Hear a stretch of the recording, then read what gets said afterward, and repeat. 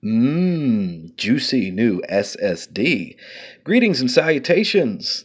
Thanks for hanging out with me for a little while. This is a follow-up video to the last video I posted where I showed you around my new workstation setup. And I said at that point that I was getting ready for a new job. Well, it is time to reveal all, and that's exactly what we're going to do. So this is the webpage for B99.9, which is a radio station that I used to work for way back in the 90s. And one of the people I worked for there was a fellow named Gene Allen. We were both on the air. Gene bought the radio station from our former boss at the beginning of this year, and those of you who pay really close attention to what goes on the channel will remember that I posted some audio from the 30th anniversary celebration. Well, I went up there that day, and of course it naturally turned into, hey, when are you going to come back to work and start doing the evening show again? So this is an idea that we kicked around for a long time. Now, I don't want to move, and I really can't do a live evening show. So what we came up with is a way to do it using modern technology. Radio stations are just like everything else these days. They're run by robots. And this is the automation system for this radio station. And what I am able to do is use a VPN to tunnel into the server at the radio station, even though I live 250 miles away. And I can record my show. I sit here with a pair of headphones on and a microphone, and I can record my breaks. And then they go back to the station, and all of it is put together by the automation system at the right time. And you know what? It sounds pretty close to me actually being there. Now, I'm not a huge fan of automation, and I think robots are evil, but we're trying to use it in a good way because honestly, there really isn't any other way that I could do this right now. And I think it's worked out pretty well. We did the first show on Monday night. We did another one tonight. It's Wednesday now, early Wednesday morning, so it's the 27th. So it is actually thinking that I'm getting ready to record now, and it's set up, but I did that just to show you guys. I'm not going to do anything now. I'm going to wait and do this tomorrow, and that is how this works. So that is why I actually needed to have a separate computer, which is a separate box.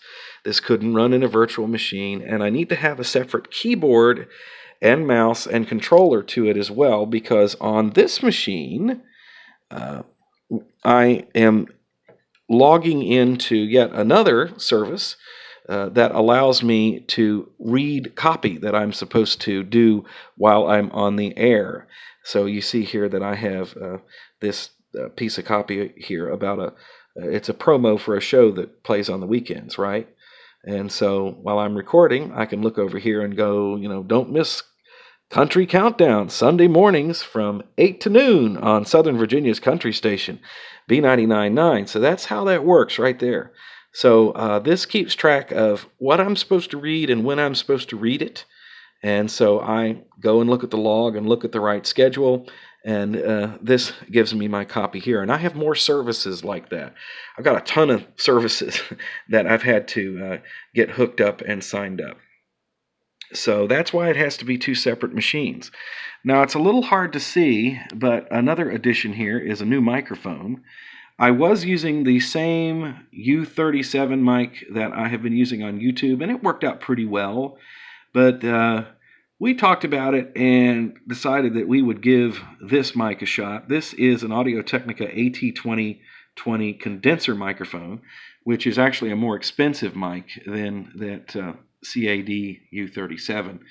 And it's on a boom now, and it hangs between the two monitors. I know it's a little hard to see because of all this light in here, but you can go look up what a 2020 looks like. And it comes down through a balanced XLR cable. You can see that kind of coiled on the floor there if I can get some light. And it goes into this box right here, which is a Focusrite Solo. And what this does is a couple of things. It takes the audio from the microphone and it digitizes it and it sends it to the computer. And also it powers the microphone because this is a condenser or capacitor type microphone and they need 48 volts power to work. So this generates that.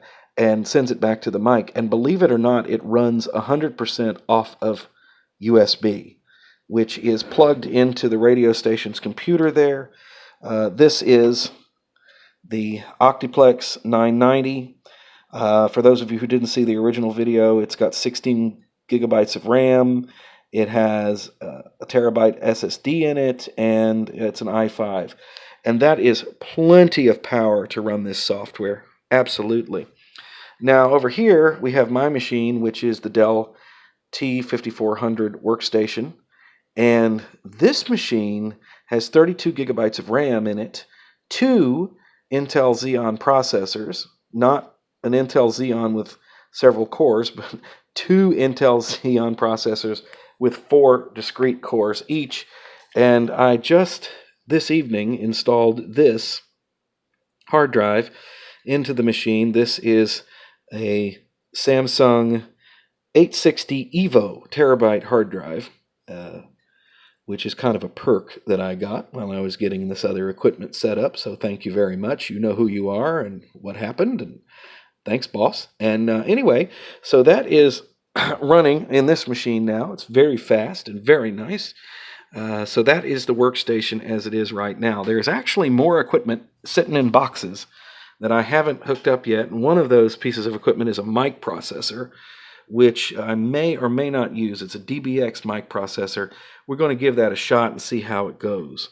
So now you see why I needed 2 keyboards and 2 computers. A lot of people were saying, well, you could run Windows in a virtual machine, or you could use a KVM, or you could do that, or you could do that. Now, it really needs to be 2 machines to make this work. And since the wide orbit software does not run on Linux, and also you pretty much need direct access to the hardware for any latency issues with USB, it's just better to have this on its own separate machine.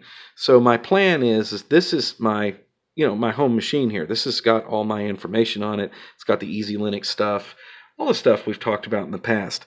This machine has nothing on it but that software and whatever it takes to make it run. And that's it. That's all it does. It's a kiosk. It lets me sign into the network through the VPN. I can gain access to the server. I can start this software. I can do my show. I can log into some other things on this system, that have to do with the automation system at the radio station. And that's it. I'm done. And then as soon as I'm done, I can just shut it down. And so all the settings down here, like on the Focusrite, can stay the same. And I can just sit down and do my show, or if for some reason I need to add a break or change something at the last minute, I can boot this up at night and be logged into the system and change upcoming breaks, lickety-split, no big deal. So while I was switching out this drive, switching the drive out in this machine, I was actually using the little EEPC to listen to my show tonight on the stream, which is something that you can do as well. Now, I've already announced this on Facebook, and some folks had a 403 error, and now it's saying this site can't be reached for whatever reason. My internet's wonky. You got to forgive it. Sometimes my ISP goes crazy in the middle of the night, and this is one of those situations, I think. So let me see here. Let me get that out of full screen, and let me see what the deal is here. Why can't, if I listen live, why is it not working? Is my internet just not working, which is probably the case? Yeah, it's one of them kind of deals. Hold on, let me go over here and unplug the... Hold on a sec. Hold on, folks. Be right with you.